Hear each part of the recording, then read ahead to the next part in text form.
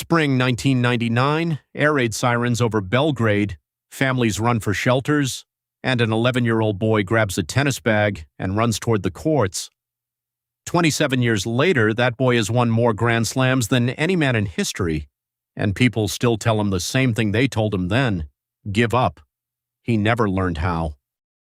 Novak Djokovic was born in Belgrade in 1987, into a country falling apart. War, sanctions, money that lost its value overnight. His parents ran a small pizzeria in the mountains, no tennis tradition and no money for one. But at 6 years old, a legendary coach named Jelena Gencic watched him hit a ball and told his parents, "This is the greatest talent I have seen since Monica Seles."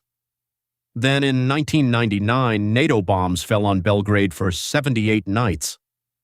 Novak's coach studied the pattern of the strikes and trained him where the bombs had just fallen, betting that lightning would not strike the same place twice.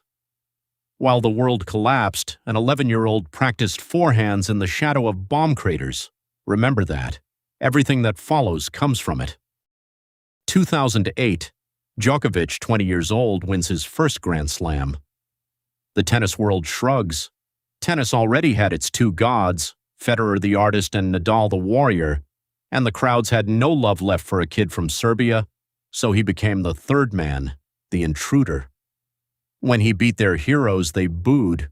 When breathing problems forced him out of matches, they called him soft. By 2010, he was collapsing in long finals and hearing the same verdict from everyone: talented, but never one of them. Most people break here, not from failure, from being unwanted. In 2010, a doctor watching him collapse on television found what nobody had looked for. His body was fighting the bread he ate every day, bread from his family's own pizzeria, gluten intolerant, the pizzeria boy.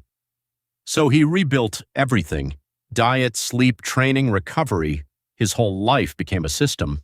And 2011 became one of the greatest seasons tennis has ever seen. 3 Grand Slams, a 41-match winning streak, world number 1. Here is the lesson most people miss: talent got him to the door, a system got him through it. By 2016, he held all 4 Grand Slams at once. Then he fell, motivation gone, elbow destroyed, ranking outside the top 20. After 2 years of playing through pain, he finally accepted surgery and cried for 3 days, feeling he had betrayed his own body. The world wrote his obituary. Wimbledon 2018, ranked 21st, he won the whole thing. The man they buried came back, again. You would think the world finally embraced him. It did not. January 2022, detained and deported from Australia over his vaccination decision. Whatever your opinion, watch what he did next. No meltdown, no retirement.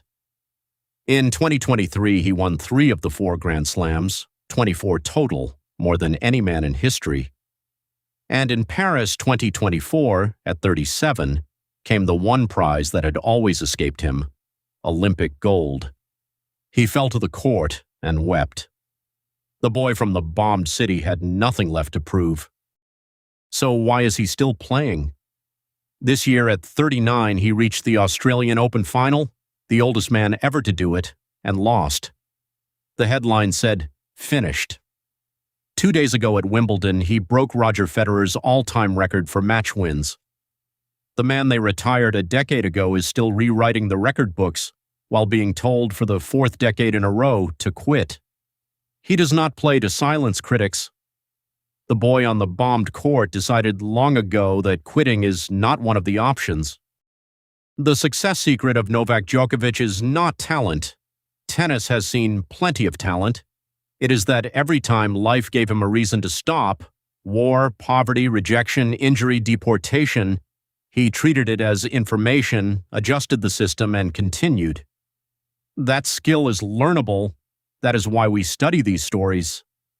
If you want the next one, subscribe. Every week, one more secret of the world's most successful people. And tell me in the comments, what is the one thing you refuse to quit?